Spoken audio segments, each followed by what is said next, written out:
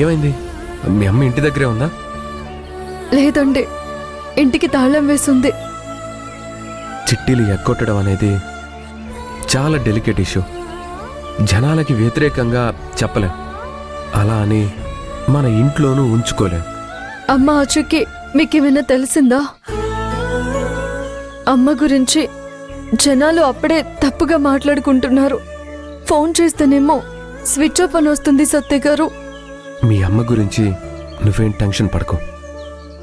అమ్మ గురించి మీకు తెలిసిందా? అవును మంజు. అవునా? అమ్మ ఎక్కడుంది సత్య గారు? నాకు అనుకోకుండా కలిసింది. పాపం రోడ్డు మీద ఒంటరిగా వెళ్తుంది.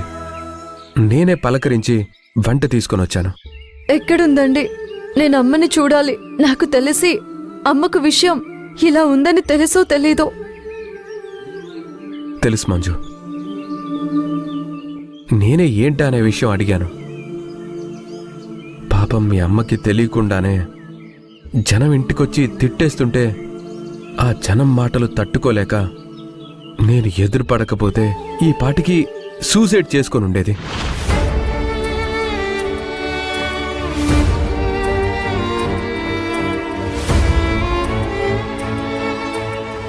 ఇంతకీ అమ్మ ఎక్కడుంది? ఇప్పుడు మీ అమ్మ ఇక్కడ కూడా ఉండటం అంత మంచిది కాదనే ఒక సేఫ్ ప్లేస్లో ఉంచాను మంజు.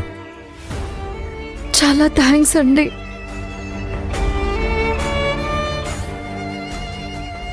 ఆవిడ్ని పోలీస్ స్టేషన్కి తీసుకొచ్చాక ఆ జనాలకి అర్థమయ్యేలా మీ అమ్మగారికి ఎలాంటి సంబంధం లేదని తెలిసేలా మనం చేద్దాం. అమ్మ విషయంలో ఇప్పుడు నేనేం చేయాలో నాకు అర్థం కావడం లేదు. చూడు మంజు, నువ్వు ఏఎస్ఐగా ఉండి నేను యూత్ ప్రెసిడెంట్గా ఉండి అత్తయ్యని సేవ్ చేయలేమా? ముందైతే అత్తయ్య దగ్గరికి వెళ్దాం. ఆమె నిన్ను చూడాలంటుంది. నువ్వు నాతో రా.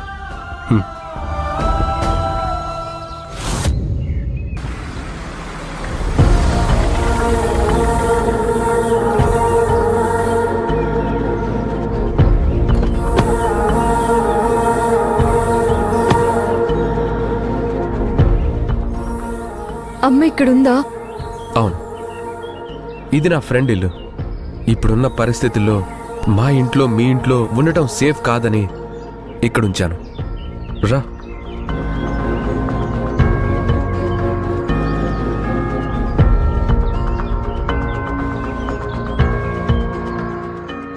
అత్తయ్య, అత్తయ్య. అమ్మా, అమ్మా.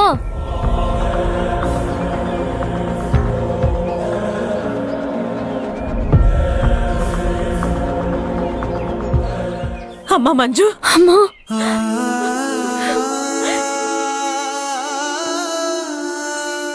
ఏంటమ్మా, నువ్వు ఇంటి దగ్గర ఉన్నావేమోనని ఇంటికి వెళ్ళాను. తాళం వేసింది. ఆ త్రిపుర పెట్టిన చిట్టీల డబ్బులు ఇస్తావా లేదా అంటూ జనం నా మీదకి గొడవకొచ్చారమ్మా. వాళ్లకు ఎంత నచ్చ చెప్పినా నా మాట వినిపించుకోవడం లేదు వాళ్ళు.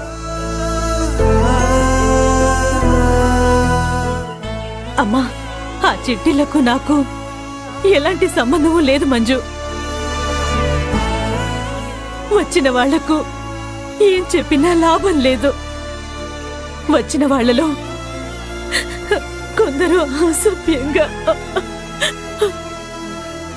నాతో చెప్పొచ్చు కదమ్మా, ఫోన్ చేసి ఉండొచ్చు, లేదా నా దగ్గరికి రాకపోయావా? ఇదేమన్నా మంచి పని అమ్మా?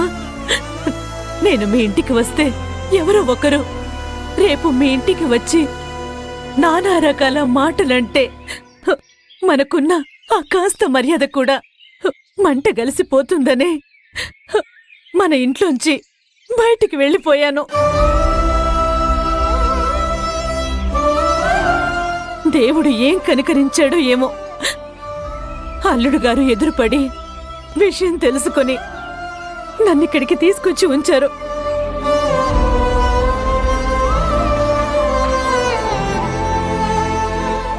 అమ్మా మంజు, ఎందుకమ్మా బాధపడతావు?